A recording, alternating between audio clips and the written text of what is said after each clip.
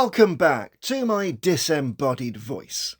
Now, we are all individuals and we all have a life story, but in movies, great characters stand out because we identify, imprint, and project onto them, and that's why amazing creations from cinema and TV are on the posters on our walls, forever in our hearts, and quoted verbatim as we live our lives and try to emulate what has inspired us on the silver screen. Now, I talk a lot about personality on this channel, and that's because so much of our lives is spent with people who engage and inform us, and those who irritate us, but overall, these people make up constituent parts of who we are, our very essence. Like-minded personalities are drawn together. That's how we form friendships and relationships. However, we also identify characteristics that we don't like, that we admire, that we envy, that we despise.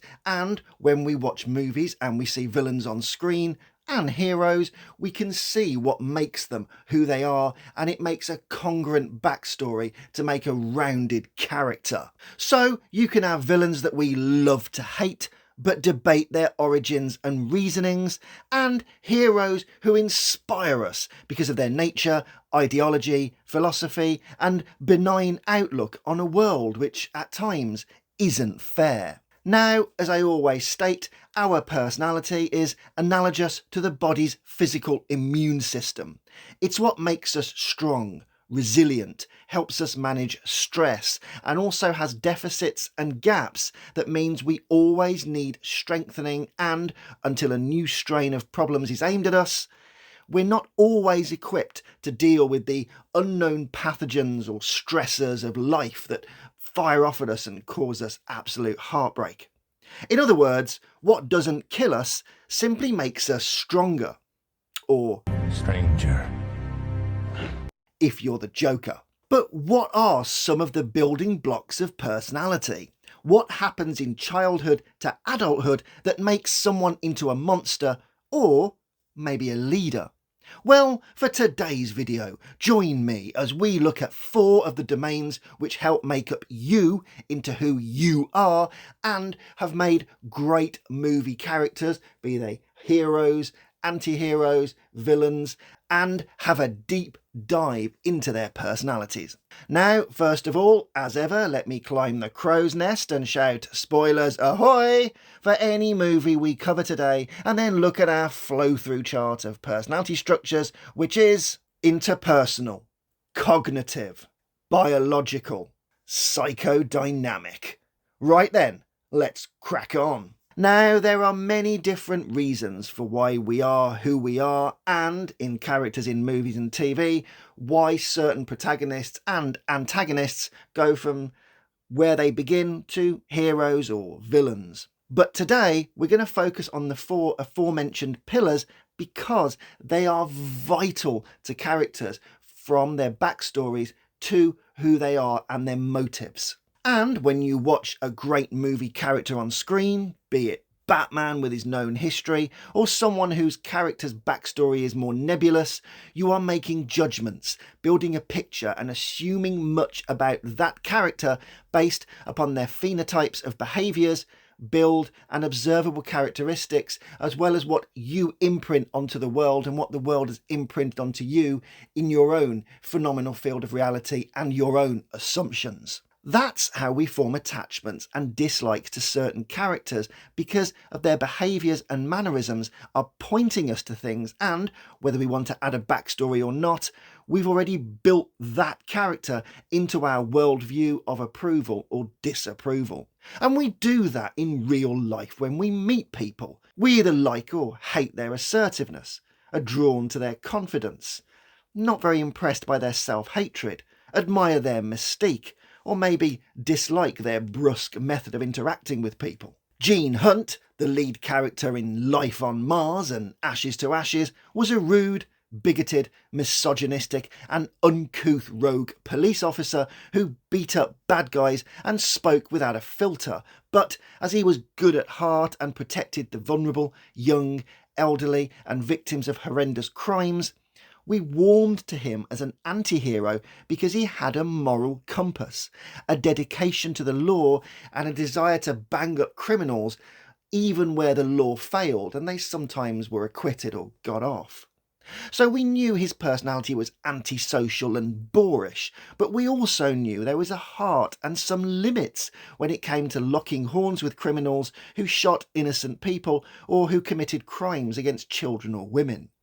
We became familiar with him, liked some parts, frowned at others, and the story asked us to make those judgments, to form our own opinions of the character in how far he should go and what we liked about his sometimes illegal methods. Overall, we knew what we were getting with Gene Hunt, so we took the good with the bad. But what made someone like Gene Hunt into the loutish man who punched criminals for fun and went above and beyond for the vulnerable in society?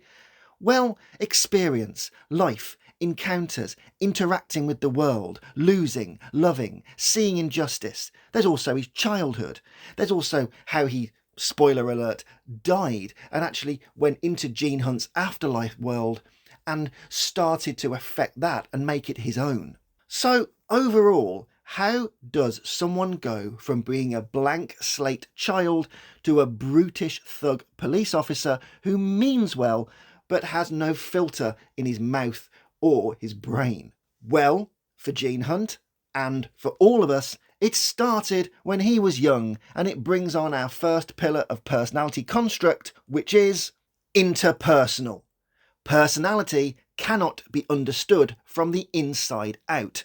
Life is all about relationships and culture, and the interpersonal perspective argues that individuality is an illusion wrought by the Western emphasis on objectivity and rationalism. Now, the Western approach to understanding individuals is characterised by a tendency to analyse and break things down into their constituent parts.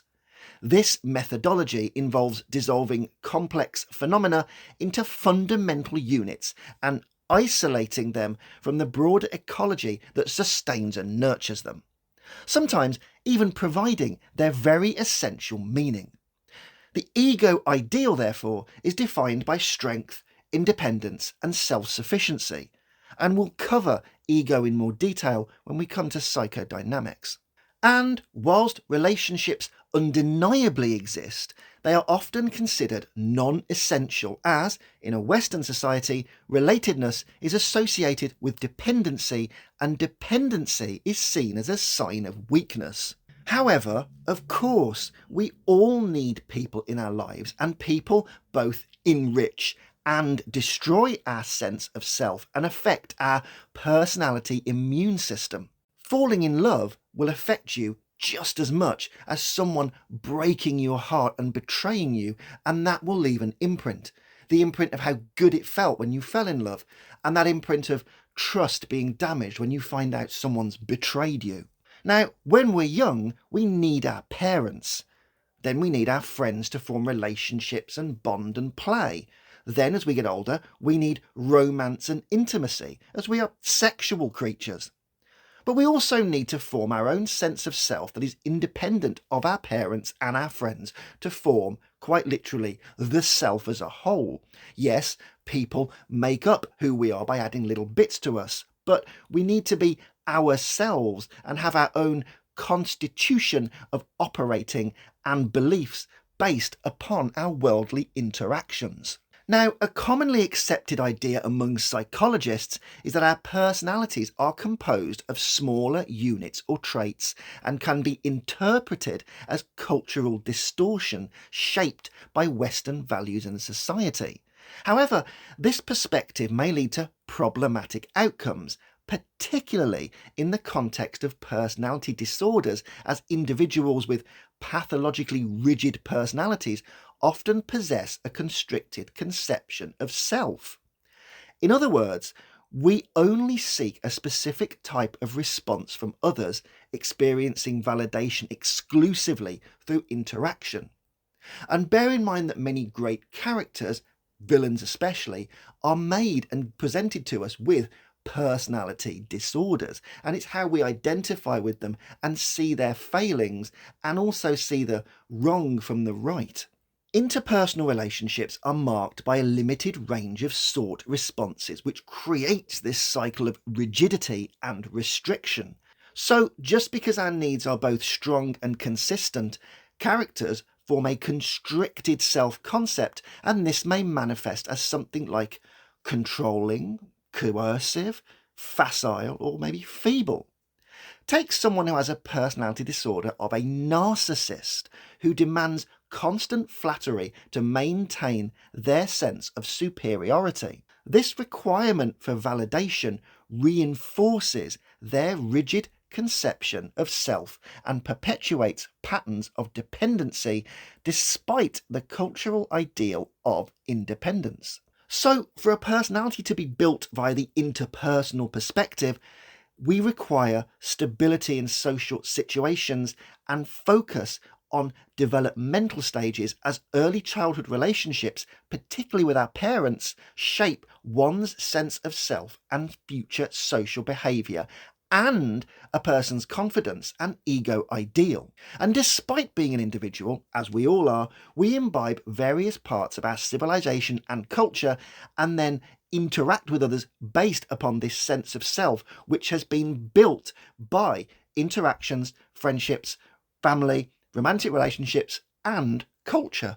Now, in terms of the interpersonal perspective forming a personality, or certainly a personality disorder, Lisbeth Salander from The Girl with the Dragon Tattoo is someone who has a very traumatic past and is a great example.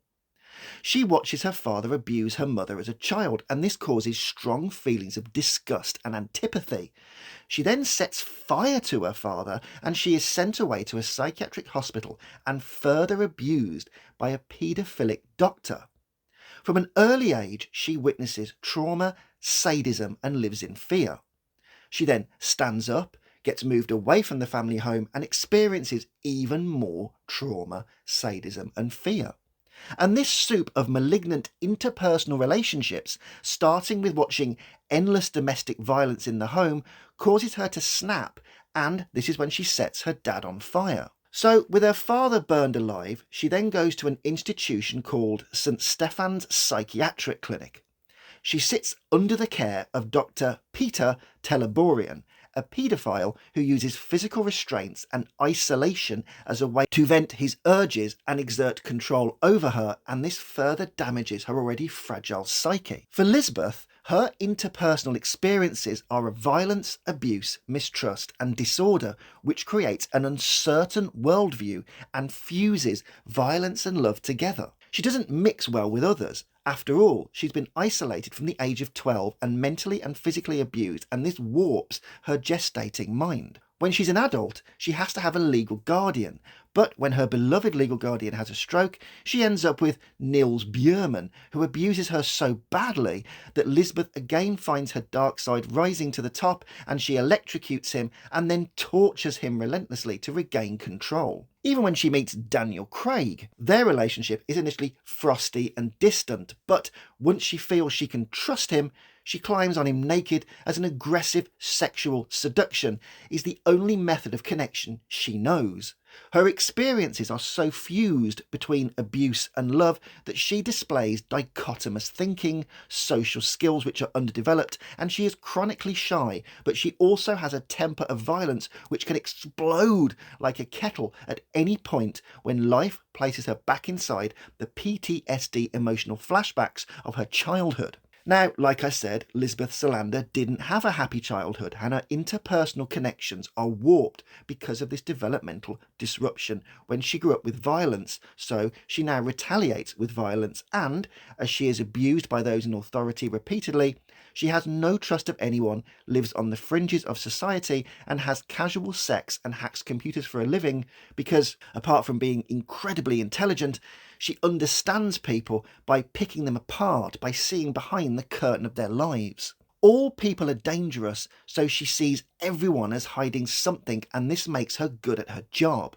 And because people in authority have sexually abused her, intimacy is awkward, aggressive, and her personality is both spiky and lonely, which means she craves to be loved but has no trust, and the concepts of love and aggression are fused so much that she is almost destined to be forever a cipher on the edge of society. However, outside of the people who shape us, how we internalise the world, interact with our phenomenal field of reality, and process information is also a massive part of how we develop and how movie characters come to think and develop their motives and mantras. After all, we all have a frame of reference, and this is processed through the supercomputers that are our brains. And this brings us nicely to cognitive. Cognition mediates our behaviour, and our understanding of mood identification engenders the insight to make an impression, be it positive or negative, at the most suitable time. In other words, we are thinking all the time and aware of what others are thinking as we interact with them. The cognitive perspective is grounded in the exploration of our mental processes, even though we seldom become aware of them in our daily lives. At its core, this approach can be traced back to the philosophical study of knowledge, how we acquire it, and the boundaries of what can be known. The term cognitive itself originates from the Latin cognitare, meaning to have known, underscoring the deep historical roots of this perspective. Fundamental questions lie at the heart of cognitive inquiry, like how do we learn? What can we learn? And these questions bridge the study of cognition with human development and the practicalities of everyday experience. Every act of thought or perception relies on some form of mental representation, and this necessity links the study of cognition to virtually every aspect of human life, from the simplest sensations to profound mystical experiences. And whilst ideas are not equivalent to reality itself, they constitute the entirety of what the mind can know. Through ideas, we construct representations of the world, ourselves, other people, and even the future. Our minds use ideas to process and manipulate information. We select certain features for deeper analysis, discard others, and alter significance of many more. And that's what you're doing when you're watching characters in TV shows or films. You're selecting, you're removing, you're going into certain features that you want to know more about, you're discarding others, you're building a picture. Now, this dynamic process allows us to adapt and interpret our experiences continually. And given the pervasive influence of cognition across all fields of human inquiry, it is unsurprising that advocates of cognitive psychology suggest that cognition should serve as an integrative model for understanding personality. The way individuals think and interpret their experiences shapes not only their behaviour, but also the very structure of their personality. Now, for personality disorders in great characters, cognition can become maladaptive or sometimes so rigid it leads to problems. The common sense perspective holds that our minds function much like a highly advanced tape recorder. Now, according to this view, every experience a person has ever had is believed to be stored deep in the brain in an unaltered, pristine form. This analogy suggests that, in principle, all memories are preserved somewhere within the mind, accessible in their original state. An important aspect of this view concerns the distinction between the conscious and unconscious mind, the boundary separating these domains, which acts as a safeguard for our own sanity. And given the vast quantity of information we process and retain on a daily basis, it would be overwhelming to have unlimited access to every memory at all times. So the protective function of this division between the conscious and unconscious mind ensures that only a manageable amount of information reaches conscious awareness, sparing the individual from being inundated by the entirety of their worldly experiences. However, the cognitive approach stands in contrast to this viewpoint, and rather than passively recording experiences, the mind is seen as actively and continually forming its own interpretations or construals of the world, the self, other people, and estimations of the future. This ongoing process of Construal means that mental representations are shaped and reshaped continuously, highlighting the mind's dynamic role in constructing reality rather than simply reflecting it.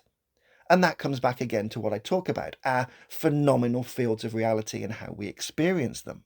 So we are continually experiencing, compartmentalizing, imbibing, and reviewing, and that's why we grow. And the person you are today is not the person you were 10 years ago, but at the same time, still quintessentially you. And should someone meet you again 10 years after knowing you, they will have a sense of you stored in their mind, a representation of you. Yes, there's new things they may need to imbibe and add on to you, but the general construct of you will remain. And perhaps the greatest intellect and deepest thinker, yet most awkward, alien, and lonely soul I can think of, is the Doctor in Doctor Who.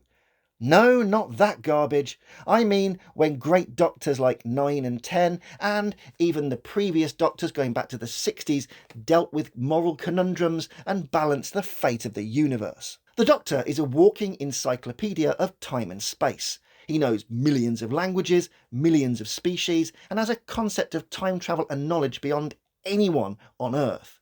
He outwits aliens all the time and saves planet Earth repeatedly. However, he's also desperately lonely as, apart from ending the Time War by moving Gallifrey and killing billions of Daleks, he travels alone and runs from connection and depth because, as Tenth tells Rose when he meets Sarah Jane again, he doesn't age. He regenerates whilst humans wither and die. However, his superior intellect also causes problems for him, and this is best exemplified in the episode Midnight, where he is trapped on a minibus-type transit thing with a group of strangers whilst something is trying to get inside and absorb the brains and intellect of the passengers. The Doctor compensates and tries to deal with this by showing off, by over-controlling the situation, and he alienates himself from everyone else until he is finally mobbed and almost killed by his fellow passengers. He may know everything, but that leads to arrogance, frivolity, and the lack of taking things seriously, and this propensity for showing off, which he thinks is charming and fun, but isn't to the people who are terrified and frightened. For the Doctor, he knows too much, and when he doesn't, his desire to break everything down into a scientific method of insight means that, despite being marvellous and charismatic, his thinking becomes quite rigid, and he gives bad impressions and alienates people trying to connect with him. Now, the Doctor has to give bad aliens a choice and a chance, and he must investigate everything no matter what danger he is putting people in, and he makes assumptions based upon his knowledge without thinking of both sides. Now, prime Doctor Who, both last century and early this century, minus the recent garbage years, was all about humans refining the Doctor through guidance and humanity. Rose enabled him to love and feel after the Time War left him cold. And Donna regulated his near bipolarity of hypothermia, where he would get too carried away with his knowledge of the world when what he needed to do was let his million-mile-an-hour mind step back and use a more balanced, moral and pragmatic approach. The human sidekicks helped regulate the Doctor, who had so much information colliding with his experience that his thinking became rigid and mechanistic, and whilst he had a moral compass, sometimes that was truly too inverted to see the whole picture, and he needed a Rose, Martha, Donna, or even a Wilfred to bring balance and insight into his explosive streams of cognitive consciousness. However, thinking is just one part of our brains, and our brains can't think without cells holding a positive electrical charge and our bodies regulating hormones and keeping a regular state of homeostasis and avoiding things like pain and depression, which is caused by chemical changes and world interactions, if brains aren't supplied without blood and they don't work. So, although we have interpersonal interactions and cognitive quandaries, none of these things are possible without the biology that makes the brain actually work. So, with that in mind, let's come to biological. We are all biological creatures, the result of evolution, and our existence seems self-contained, and so does our free will. Our choices always seem to be our own, so we cannot imagine that our bodies are merely vessels of flesh and blood. From a scientific perspective, humans are fundamentally social, psychological, and biological entities.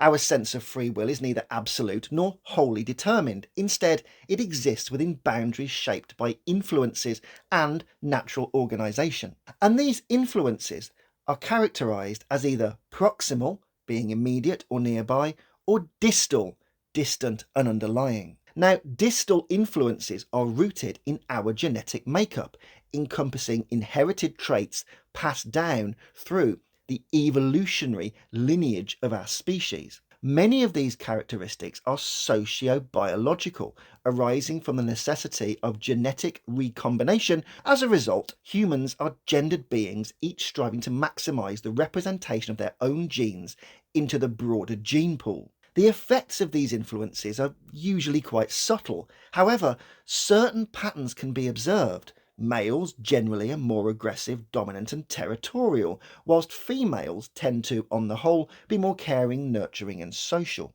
Now, although these tendencies are only weakly expressed in most individuals, some personality disorders exaggerate these sex role stereotypes. For instance, antisocial traits are more commonly observed in males, whereas dependent traits are more often seen in females. Other biological influences on personality are proximal, arising because humans are intricate biological systems. When the physical structures of underlying behaviour differ, the behaviour itself is affected.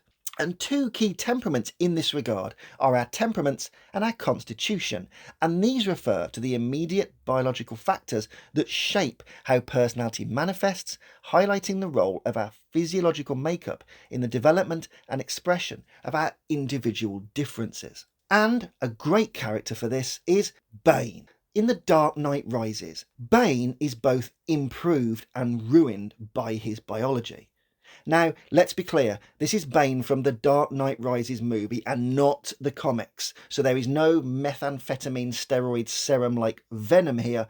Instead, Bane grows up in the dark, moulded by it, and his childhood is spent in a pit and a prison. He protects Talia al Ghul, but gets attacked and stabbed and severely injured and now needs to wear a mask which continuously pumps anaesthetic gas into his lungs all the time. Without this anaesthesia, he is crippled by pain. However, although not completely pain-free, the gas he inhales enables him to live and, due to revenge, vengeance, high levels of intelligence and, as Michael Caine Alfred says, belief in himself, he trains his body to the peak of perfection, or as Tom Hardy put it in The Making of, just ate loads of pizza. Bane is a male, naturally aggressive and biologically strong, and boy is Bane biologically strong. Now, we can all lift weights, but some genetic makeups mean that some people have advantages over others. That's why some people are great athletes and runners, but others excel in more contact sports like boxing or rugby. Curling teams are made with precision, much like snooker players are, but a snooker player would probably struggle in a weightlifting contest without some extreme conditioning. Now, Bane has perfected his body into a huge mass of muscle through the League of Shadows and surviving in the pit. Then, after the attack, he gets the mask and the anaesthetic, and this enables him to endure beyond the limits of pain and to continue improving himself. Bane has suffered incredible facial damage and spinal damage, hence the crippling pain and his need for a waist belt. He also suffered damage to his respiratory system, another reason why he needs medication continuously pumped inside him. Now, like I said, Bane's mask helps him overcome the agonising pain, and as seen when he first fights Batman, he can take an unbelievable amount of punishment as if it were nothing. Being biologically strong gives him advantages, but his abuse in the pit and need to wear the mask gives him an anger and a need for vengeance. Overall, Bane is made up from interpersonal and cognitive and other factors, but it's his biology that helps shape his personality through disability, through his male aggressiveness, and the advantage of having a mask that enables him to overcome the biological pain that would otherwise make him an invalid. He gets huge muscle mass, huge amounts of physical strength, and his biology makes up who he is and Able to overcome the disability and crippling pain, his extensive training means he is a physical monster, and that shapes his worldview. And that goes in contrast to our earlier character, Lisbeth Salander, who is physically weak and suffered abuse and now fears strangers because of her biological build. Bane is a muscle-bound behemoth who batters problems rather than hides and hacks them. And that's not just because he's a male. Females can also be incredibly strong and aggressive. Females can also get huge amounts of muscle. But for Bane, once he got over his pain and his biology was altered and he could operate, his only thought was to become as strong and as hard as he could so he could attack his problems. Lisbeth isn't quite the same. She goes about things a different way. She still has anger and hatred, but she has to operate in different methods to overcome them. Okay, so we've covered cognitive, interpersonal, biological, so let's come to our final section, which is psychodynamic.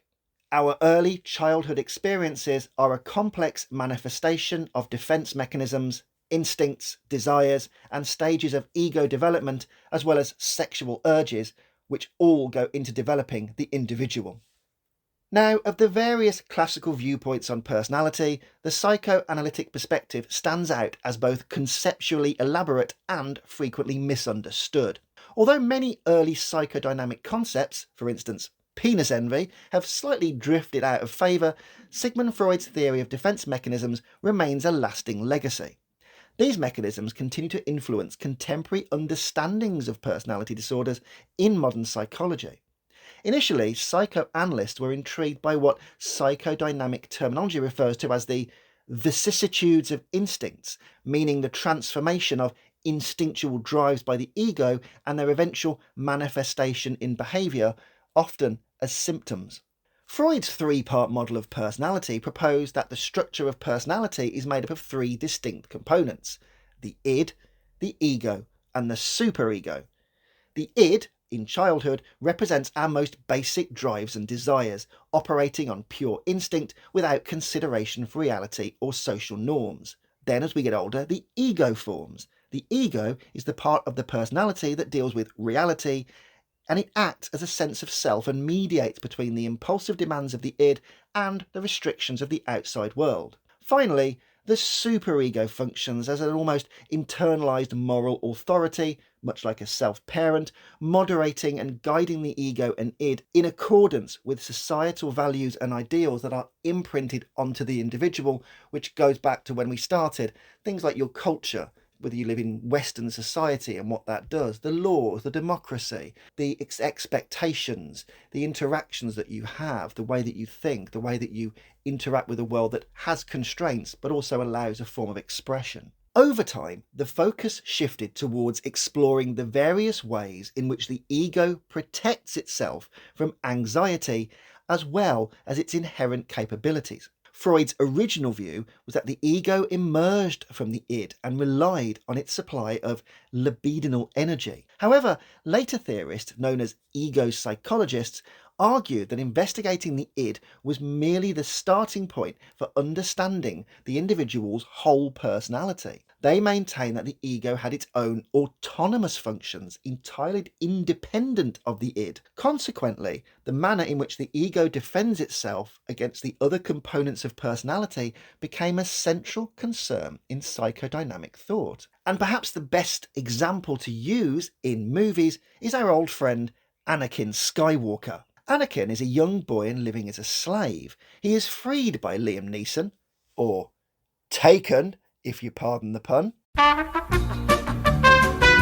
And Anakin is then taken to the Jedi Council, where despite being told he is too old, he is taken into Jedi school and trained by Obi-Wan when Liam Neeson dies after being skewered by Darth Maul.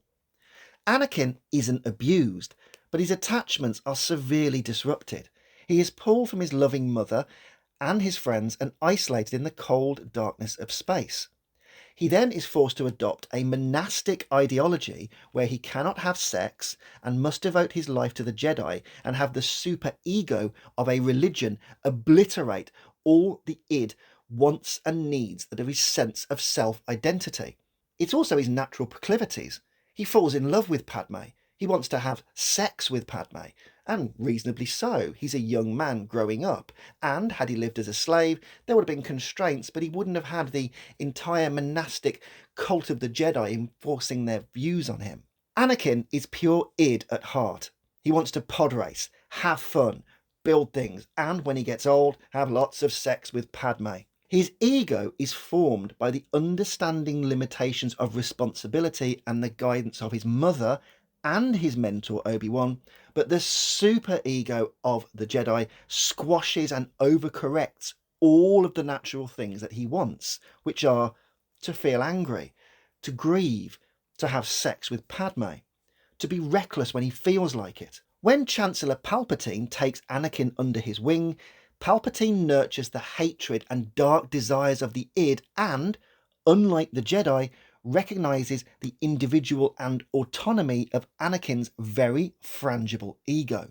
By the time Obi-Wan barbecues Anakin on Mustafar and Anakin becomes Darth Vader, the ego has a raft of defence mechanisms to keep Darth in check. Denial, hatred, repression, suppression, and emotional blocking are all present as defence mechanisms to keep Darth as Darth and not as Anakin, who might want to rebel or go back to his past. Even when Luke surrenders in Return of the Jedi and begs his father to turn, you can see Darth's brief temptation, the desire, but this time he has a new superego, the dark side, the Emperor's doctrine, and all of his defence mechanisms, which have been manipulated by the Emperor, have taken over, and Anakin truly is lost. Well, until the very end. What Anakin wanted was to love Padme and raise their children, but in the end, he is twisted into a lonely Sith Lord who hates and projects and rationalises and suppresses until finally his own id and natural wants of what he desired all along takes hold again, and he picks up the Emperor and he saves his son out of love, killing the Emperor forever. Somehow Palpatine returned.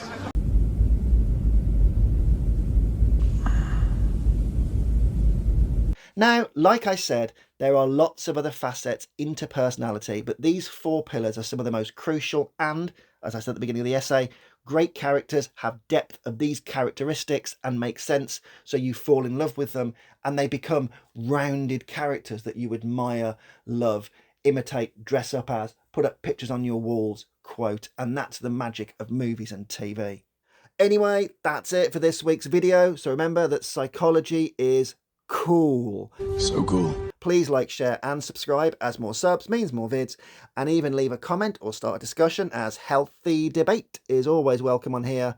And as ever, until next time, I'll catch you later.